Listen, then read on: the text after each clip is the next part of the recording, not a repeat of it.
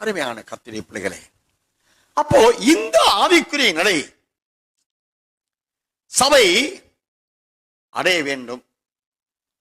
சபை அடைய வேண்டும் என்றால் ஆவிக்குரிய இந்த பூர்ணத்துவத்தை, மற்ற சத்தியெல்லாம் உங்களுக்கு தெரியும், நாம தியானம் செய்திருக்கிறோம். ஆனால் அவையெல்லாம் நாம் தொடவில்லை.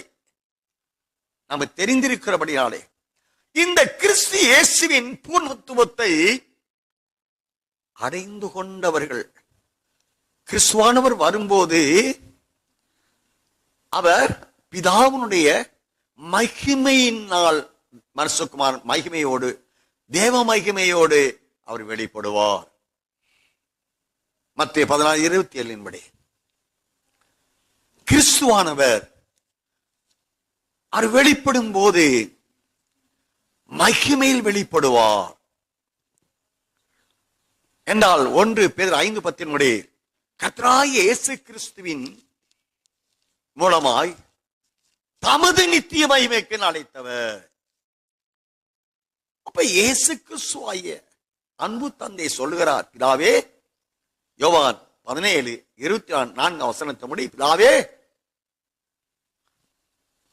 நீர் என்னை அனுப்பினதை விசுவாசித்திருக்கிற இவர்களுக்கு நீர் என்னை அனுப்பினதை அவர்கள் விசுவாசிக்கத்தக்கதாக நீர் எனக்கு தந்த மகிமை நான் கொடுத்தேன். அப்போ குமாரனாகிய கிறிஸ்துவுக்கு பிதா கொடுத்த மகிமை பிதாவுடைய மகிமை. அப்போ பிதாவுடைய மகிமை, குமாரனுடைய மகிமை, இவர்கள் இருவரிலும் இருக்கிற பரிசுத்த ஆவியானவருடைய மகிமை. அப்ப இந்த மூன்றும் ஒரு சேர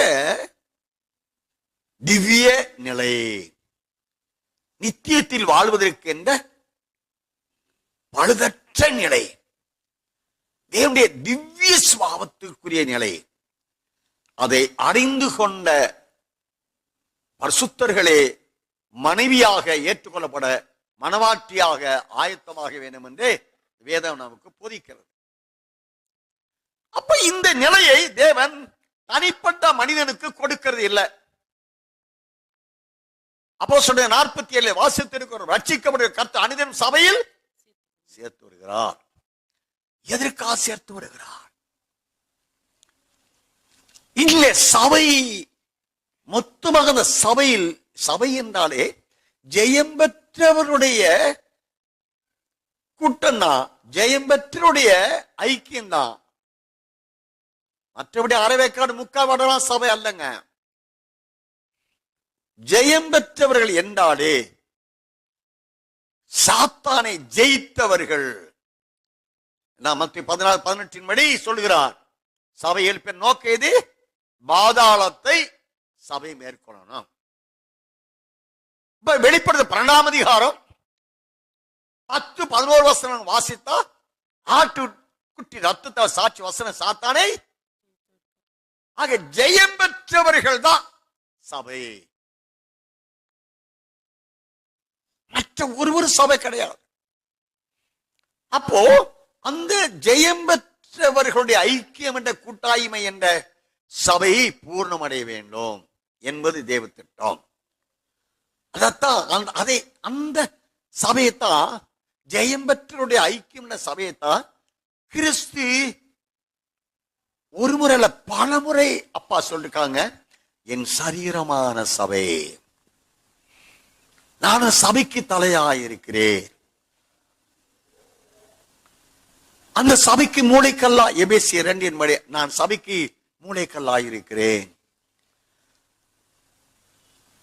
மனைவிக்கு புருஷன் தலையாயிருக்கிற போல கிறிஸ்து சபைக்கு தலையாயிருக்கிறார். ஜெயம் பெற்றுடைய ஐக்கியம், கிறிஸ்துனுடைய நிறைவான வளர்ச்சி அடைந்து இதற்குரிய அடையாளம் என்னன்னா, சாத்தானை ஜெயித்தவர்கள், பொல்லாதவனை தோற்கடித்தவர்கள். அதுதான் இங்க அவங்களுக்கு அடையாளங்க.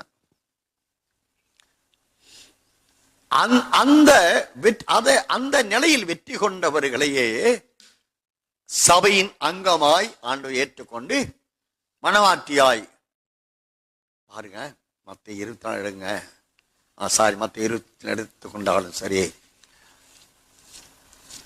இது எசையா 60ஆம் அதிகாரத்தில் 1, 2, 3 வசனம் எடுத்துக்கொண்டாலும், ஏசாயா 62ஆம் அதிகாரம் 1-12 வசனங்கள் எடுத்துக்கொண்டாலும், மத்திய 25 என்ன சொல்றாரு? கன்னிகை என்று அவர்கள் அழைக்கப்பட்டும், சபையார் என்று அவர்கள் அழைக்கப்பட்டும், முடிவு பரிந்தமும் அவருடைய அந்த தீவெட்டியில் எண்ணெய் இருக்கணும். அது நிமித்தமாய் அந்த தீவெட்டி என்ற ஒவ்வொரு கன்னிகையும் அவருடைய ரட்சிப்பின் வாழ்க்கை எரிந்து கொண்டே இருக்கணும். முடிவு பரிந்தும் அந்த தீவெட்டி அணைந்து போயிடக்கூடாது. இதுக்கு விளக்கம் 62, ஏசாயா 62, 1, 2 வசனம், 1, 2, 3 வசனம் வாசிக்கிறோம். அவர்கள் ரட்சிப்பின் தீவெட்டி. அப்ப அந்த தீவெட்டி என்ற ரட்சிப்பு அவருடைய வாழ்க்கையில முடிவது எரிந்து கொண்டு இருக்கணும். அதைத்தான் மத்திய 24:13 முடிவான ரட்சிப்பு என்று அறிவுரை ஆற்றுகிறார். அப்போ அதற்கு புத்தி இல்லாதவர் என்ற நிலைக்கு தள்ளப்படுவதற்கு காரணமே எண்ணெய் என்ற பரிசுத்த ஆவியினுடைய அபிஷேகம். பரிசுத்த ஆவியானவர் அவர்கள் முடிவது இருக்க, அதற்குரிய வாழ்க்கை அவங்கள்ட்ட இல்ல. பரிசுத்த ஆவியானவருடைய கிரியைகள் அவரிடத்துல செயல்பட அவர் அனுமதிக்கல. அப்படின்னா பாதி உலகம் பாதி ஆவியானவர். அந்நிய பாஷை பேசுவாங்க, ஆனா சொந்த வாழ்க்கையில பார்த்தா தேவனை துக்கப்படுத்துறதான வாழ்க்கை. அந்த புத்தி இல்லாதவங்க, அவங்கதான் கைவிடப்பட்டவங்க. மற்றதெல்லாம் அவங்கள நமக்கு தெரியும், அந்த ஆவிக்குரிய மண்டலம் தெரியும். அவங்க முடிவு பரிந்தும் அவனுடைய ரட்சிப்பின் தீவெட்டி எரிந்து கொண்டிருந்தது நிமித்தமாக எசாயா 62ஆம் அதிகாரம் 2, 3, 12 வசனங்களிலே 12 வசனம் சொல்லப்படுது, நீங்கள் அவருக்கு என்ற பரிசுத்த ஜனம் எண்ணப்படுவீர்கள்.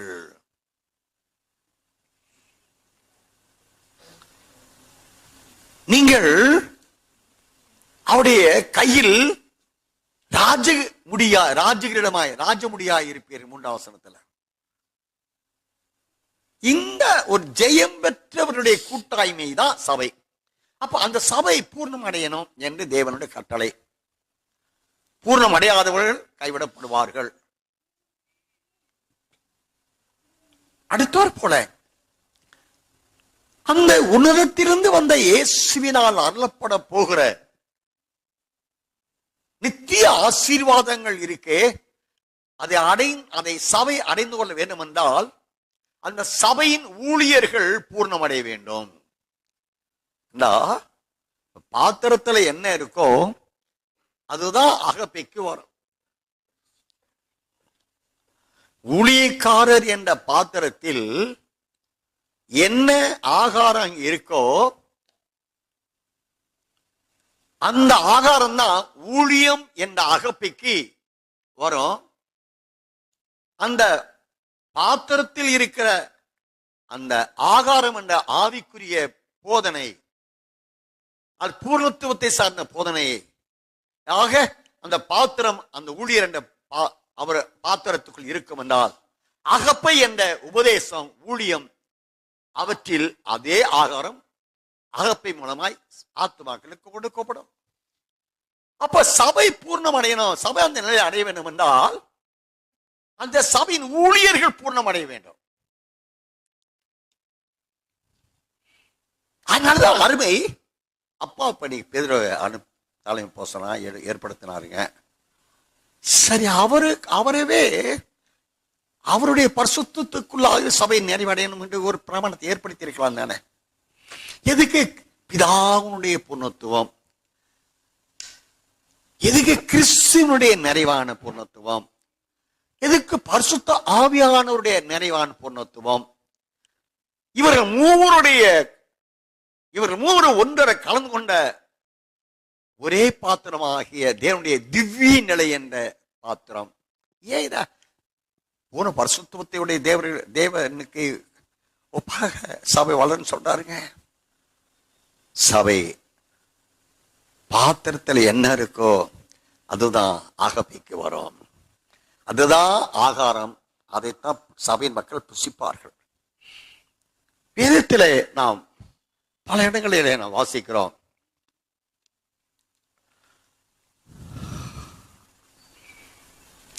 ஒன்று பேதுரு 3:3 வாசிக்கலாம்.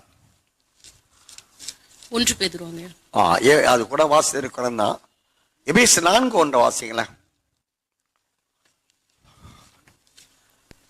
ஆதலால் கர்த்தர் நிமித்தம் கட்டுண்டவனாகிய நான் உங்களுக்கு சொல்லுகிற புத்தி என்னவெனில், நீங்கள் அழைக்கப்பட்ட அழைப்புக்கு பாத்திரவான்களாய் நடந்து மிகுந்த மனத்தாழ்மையும் சாந்தமும் நீடிய பொறுமையும் உடையவர்களாய் அன்பினால் ஒருவரையொருவர் தாங்கி சமாதான கட்டினால் ஆவியின் ஒருமையை காத்துக் கொள்வதற்கு ஜாக்கிரதையாய் இருங்கள்.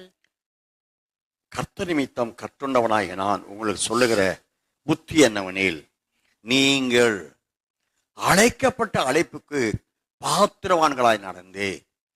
தொடர்ந்து நான் வாசிக்கிறோம். ஊழியர்கள்,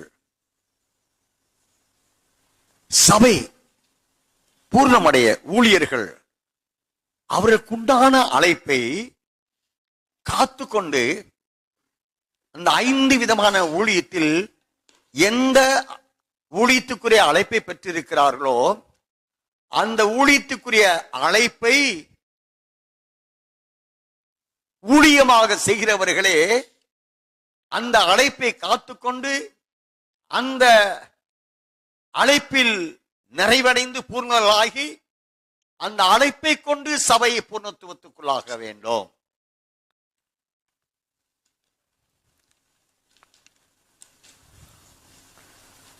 பிலிப்பியர் 3:7-10 வாசிங்களேன்.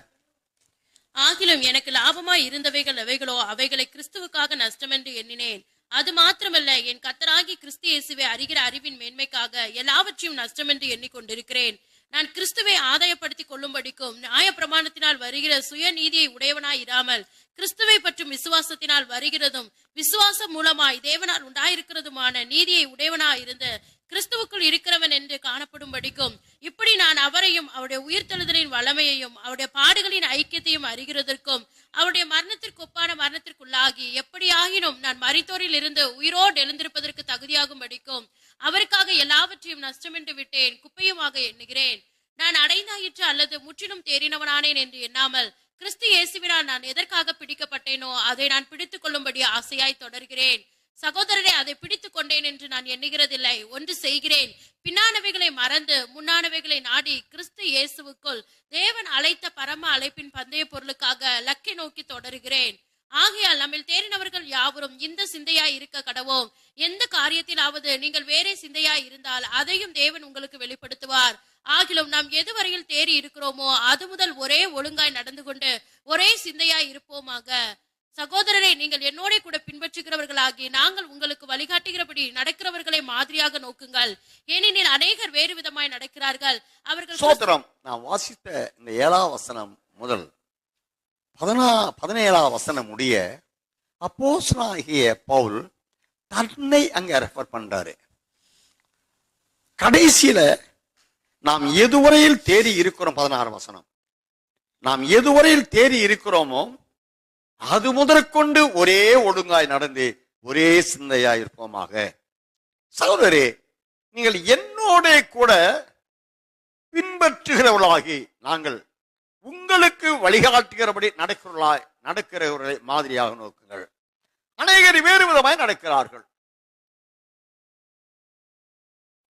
10ஆம் வசனம், இப்படி நான் அவரையும் அவருடைய உயிர்த்தெழுதலின் வல்லமையையும் அவருடைய பாடுகளின் ஐக்கியத்தையும் அறிகிறதற்கும் அவருடைய மரணத்திற்கு ஒப்பான மரணத்துக்குள்ளாகி எப்படியாயினும் நான் மரித்தோரில் உயிரோடு எழுந்திருப்பதற்கு தகுதியாகும்படிக்கும் அவருக்காக எல்லாவற்றையும் நஷ்டம் என்று விட்டேன், குப்பையுமாக எண்ணுகிறேன். சகோதரரே, 13ஆம் வசனம், சகோதரரே, அதை பிடித்துக் கொண்டேன் என்று நான் எண்ணுகிறது இல்லை. ஒன்று செய்கிறேன், பின்னானவர்களை மறந்து முன்னானவர்கள் நாடி கிறிஸ்து இயேசுவுக்குள் தேவன் அழைத்த பரம அழைப்பின் பந்தய பொருளுக்காக லக்கை நோக்கி தொடருகிறேன்.